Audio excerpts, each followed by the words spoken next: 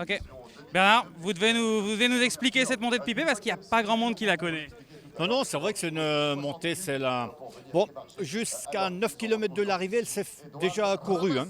Mais l'arrivée à Pipéo, les 7 derniers kilomètres, elle n'a jamais été courue dans une compétition. C'est une montée qui est fait presque 20 km, à 6 et quelques pourcents de moyenne.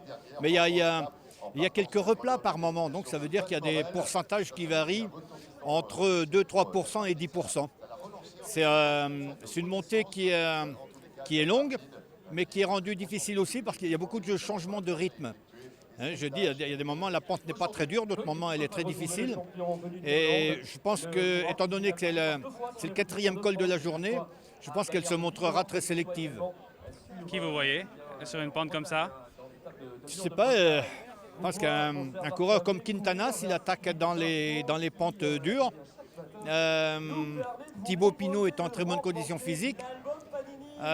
Yates, il sera évidemment fortement aidé par son équipe. Fuglsang avait montré de très bonnes dispositions il y a 2 ans dans une arrivée qui était un peu similaire. Et il y a encore 10 coureurs qui sont dans la même minute. Hein, donc c'est impossible de faire vraiment un pronostic fiable avant le départ. Hein. On sait que la dernière étape du Tour de France finira à Val Thorens avec une montée très longue aussi, plus longue encore, 30 km. C'est quand même un peu une répétition aujourd'hui parce que des montées de 20 km, les coureurs ils en font pas souvent quand même. Ouais, c'est vrai que des montées aussi, bon, c'est aussi un petit peu, un peu dans l'état d'esprit du Dauphiné, pour dire merci aux coureurs qui viennent au Dauphiné, de leur offrir, essayer de leur offrir des situations similaires à celles du Tour de France. Par exemple, on fait un contre-la-montre qui est à peu près de la même longueur que celui du Tour de France.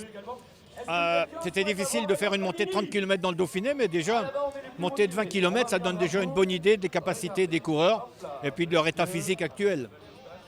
Merci beaucoup Bernard. Bonne journée. C'est